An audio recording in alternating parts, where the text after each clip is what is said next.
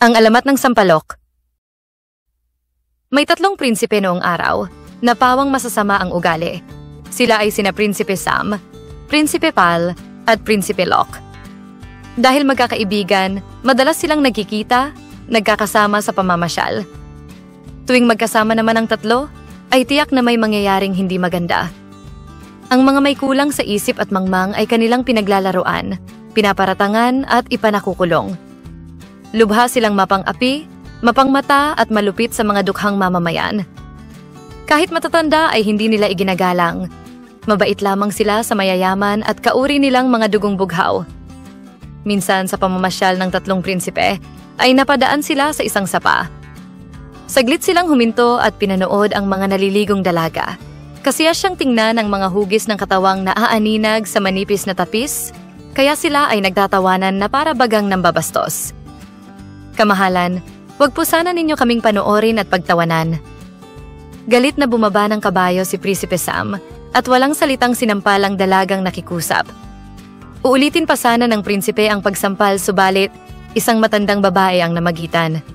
Palibhasa'y walang iginagalang ang mga prinsipe, basta't mahirap, kaya pinagtulungan nilang saktan ang matanda.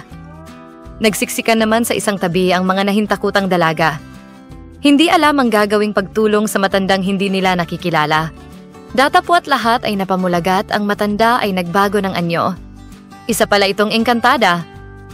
Panahon na upang bigyang wakas ang inyong kasamaan. Sabay turo sa tatlong prinsipe at ang kanilang mga mata ay nangalaglag.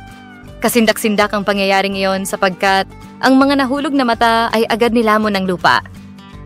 Sa halip na magsisi at humingi ng tawad, ay nagpupuyos pa sa galit na nabanta ang magkakaibigan.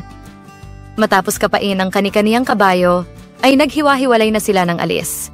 Palibhasa'y mga bulag, kaya hindi na alam ang daang pauwi. Tumakbo ng tumakbo ang kanilang mga kabayo hanggang silang lahat ay mga hulog sa bangin. Kinabukasan, nagtaka ang lahat sa biglang pagtubo ng isang puno, kung saan lumubog ang mga mata ng tatlong prinsipe.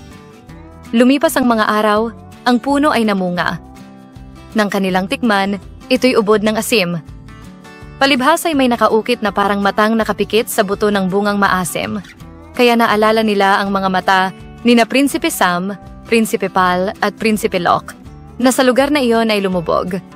Dahil dito, minarapat nilang tawaging sampalok ang puno at bunga nito. Sa kalaunan, natutuhan ng mga tao na gamiting pampaasim sa nilulutong ulam ang sampalok. Huwag kalimutang mag-like at subscribe para sa susunod pang mga videos.